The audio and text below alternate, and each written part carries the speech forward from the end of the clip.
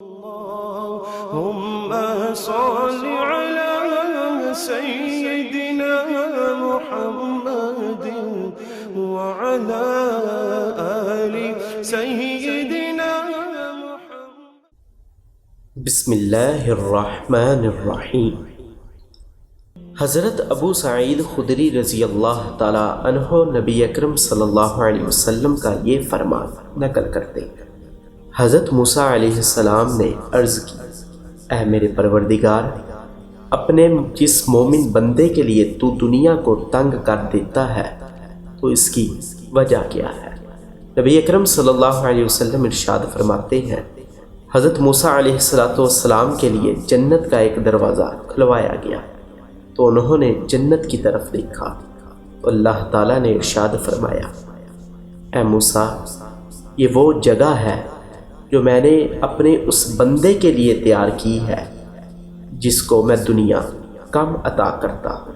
حضرت موسیٰ علیہ السلام نے عرض کی، اے میرے پروردگار،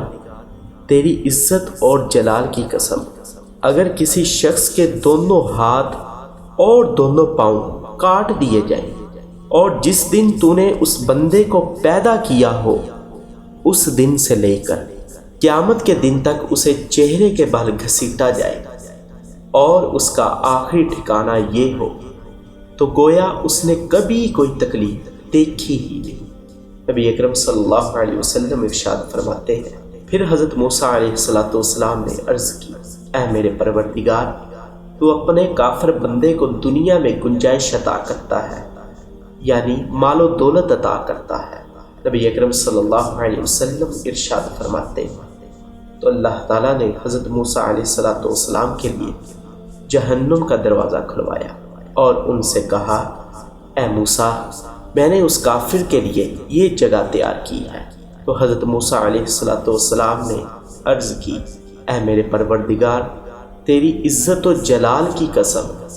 جس دن سے تو نے اس بندے کو پیدا کیا اس دن سے لے کر قیامت کے دن تک اگر ساری دنیا بھی اس بندے کو مل جائے اور اس کا آخری ٹھکانہ یہ ہو گویا اس نے کبھی بھی کوئی بھلائی نہیں دیکھی.